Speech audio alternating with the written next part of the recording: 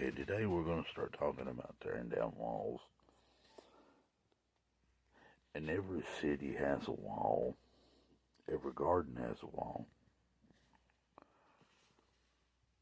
You see, beloved, walls are not for protection only, but for exclusion. The purpose of a wall in biblical times, or in the olden times, was for protection and defense, to keep out enemies. Every garden had a wall. Every city had a wall. To be inside the wall signifies protection and freedom from enemies. I mean, to have no enemies. Are you still struggling with enemies, dear one? Are you still struggling with enemies every day? Or a devil? Then get inside the city. Because inside the city, there is no enemies. There is no devil inside the city. There is no sickness inside the city. There is no sorrow inside the city. There's no heartbreak. It's a place within your innermost being to where you can get in the city and be in the city and remain in that city.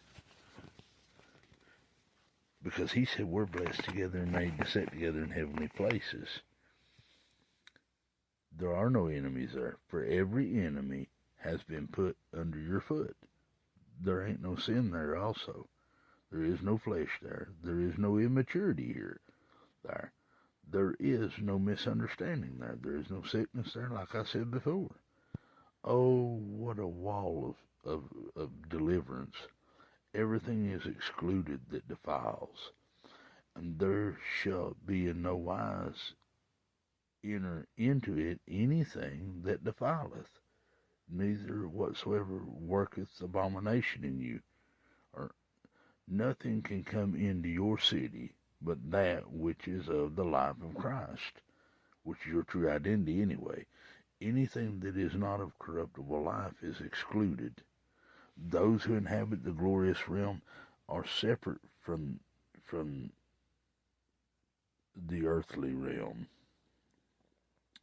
Except the Lord keep the city, the watchman waketh but in vain. Thank God the Lord himself is the keeper of those walls in this city. The wall of salvation, the wall of deliverance has nothing to do with so-called coverings of elderships, headships, fellowships, rulers, rules, regulations, laws, or doctrines, or customs of men.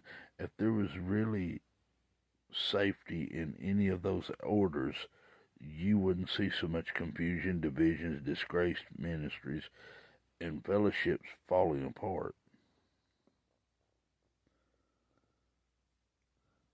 The beautiful type is seen in Solomon's temple, of which we read, and he set the porters before the 12 gates, at the gates of the house of the Lord, that none which was earthly could enter therein. But see, we can live in the earth and heaven at the same time. I'm not trying to really contradict myself, but it's where you come to balance with yourself of who you're true, of your divine nature within. And we all, I don't care who you are, everyone has that life within them. They have abundant life. Life is pure energy. It's what we're made up of, and it's what we consist of. It is what one births within one. See, you have a seed within you, a baby within you that you're birthing. It's not a physical thing. A lot of us do birth physical things. We birth physical manifestations, which are fleshly and earthly. But we also have within our innermost being the ability to create something that is spiritual.